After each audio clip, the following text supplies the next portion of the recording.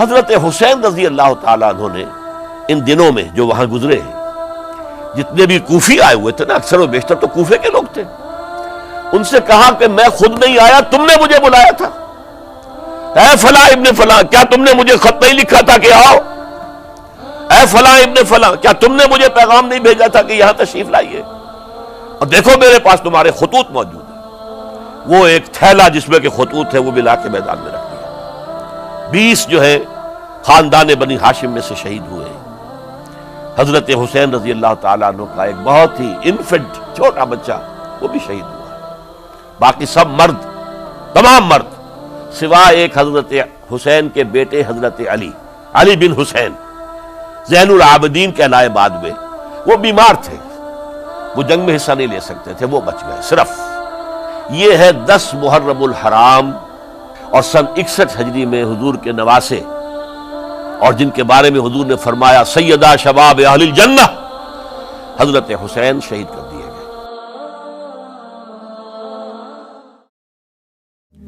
کوفہ چونکہ حضرت حسین کے پاس پیغام آ رہے تھے کوفے سے، چونکہ کوفے کو حضرت علی نے دارالخلافہ بنا لیا تھا، اور وہاں سمجھا جاتا تھا کہ حضرت علی کے ہمدرد اور حضرت شیعان علی جنہیں ہم کہیں، ان کے ساتھی ہم خیال یہ لوگ ہیں کثرت کے ساتھ، اور وہاں سے اب خطوط کا تانتا شروع ہو گیا، آپ یہاں آئیے، ہم بےتاب ہیں، آپ کا استقبال کریں گے، آپ کے ہاتھ پر بیعت کریں گے، تاکہ یہ جو قیصر و کسریٰ کی سنت شروع ہو رہی ہے اس کو روکا جا سکے۔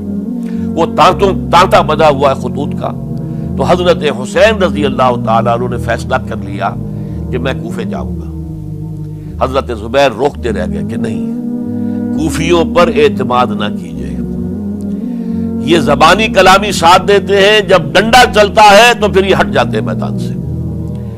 اور حضرت حسین رضی اللہ تعالیٰ عنہ بامروت انسان، شریف النفس انسان، کیسے ممکن تھا غیرت مند غیور انسان وہ کیسے ان کی بات کو رد کر دیتا؟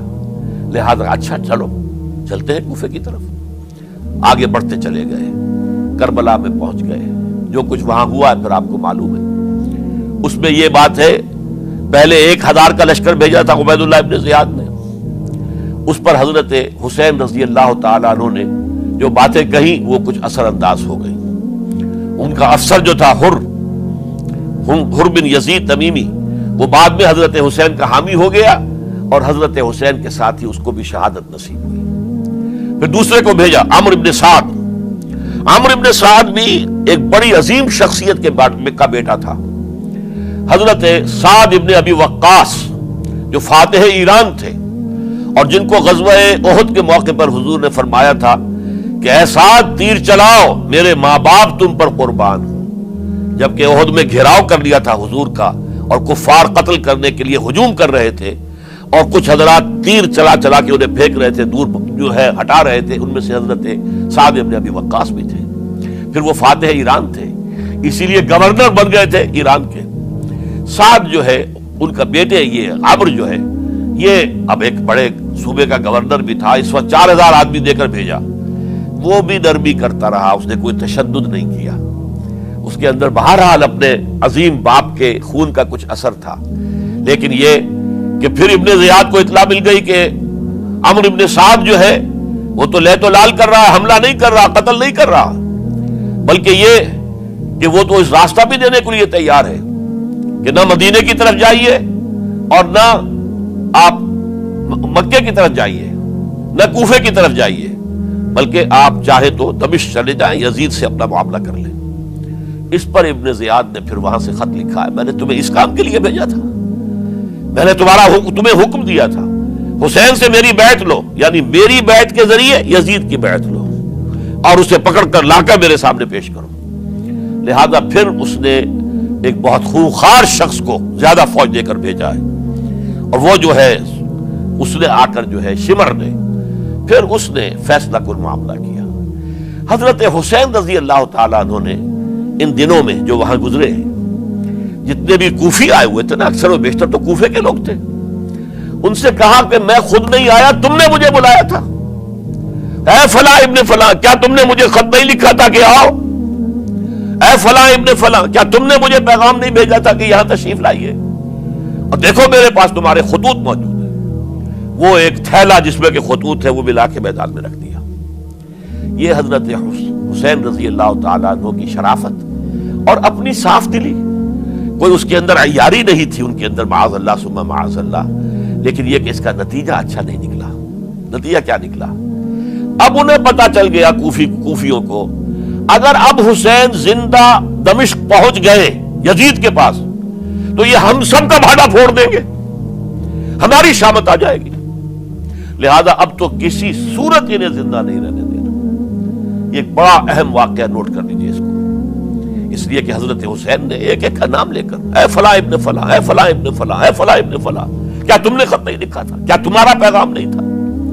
اب انہوں نے دیکھا کہ یہ بھانڈا اگر یزید کے ہاں جا کر پھوڑ دیا گیا تو پھر ہماری خیر نہیں ہوگی. یہی وجہ ہے حضرت حسین کو شہید کرنے کے بعد، یہ نوٹ کر لیجئے، 72 آدمی تھے کل، جس کو کہہ لیں لشکر حضرت حسین کا رضی اللہ تعالیٰ عنہ. ان میں سے 20 خاندان بنی ہاشم کے چشم و چراغ تھے. وہ بڑی بہادری سے لڑے، بڑی بہادری سے لڑے، ایک ایک نے لڑ کر جان دی ہے. بہت سو کو مارا ہے. یقاتلون فی سبیل اللہ فیقتلون ویقتلون، قتل کر بھی رہے تھے، قتل ہو بھی رہے تھے، ایک ایک کر کے قتل ہو رہے تھے، شہید ہو رہے تھے. 20 جو ہے خاندان بنی ہاشم میں سے شہید ہوئے. حضرت حسین رضی اللہ تعالیٰ عنہ کا ایک بہت ہی انفنٹ چھوٹا بچہ وہ بھی شہید ہوا ہے. باقی سب مرد، تمام مرد، سوائے ایک حضرت حسین کے بیٹے حضرت علی بن حسین زین العابدین کہلائے بعد میں. وہ بیمار تھے، وہ جنگ میں حصہ نہیں لے سکتے تھے، وہ بچ گئے صرف. اچھا، حضرت حسین شہید ہو گئے. یہ ہے 10 محرم الحرام سن 61 ہجری. کیا مطلب ہے؟ حضور کے انتقال کے ٹھیک 50 برس بعد، سن 11 ہجری میں حضور کا انتقال، اور سن 61 ہجری میں حضور کے نواسے اور جن کے بارے میں حضور نے فرمایا سیدہ شباب اہل الجنہ، حضرت حسین شہید کر دیے گئے. اور اس کے بعد اس لشکر نے خیموں کو آگ لگا دی. یہاں نکتہ سمجھ لیجئے آگ کیوں لگائی. انہیں معلوم تھا ہمارے خلاف ڈاکومنٹری پروف موجود ہے وہاں پر، وہ ہمارے خطوط کے تھیلے وہاں موجود ہیں. اگر وہ باقی رہ گئے تو ہماری شامت آ جائے گی، ہمیں کون بچائے گا. تاکہ وہ ریکارڈ جو ہے ان کا وہ تلف ہو جائے، سارے خطوط جو ہیں وہ جل جائیں، تاکہ ان کے خلاف ثبوت باقی نہ رہے. یہ عظیم سانحہ کربلا ہے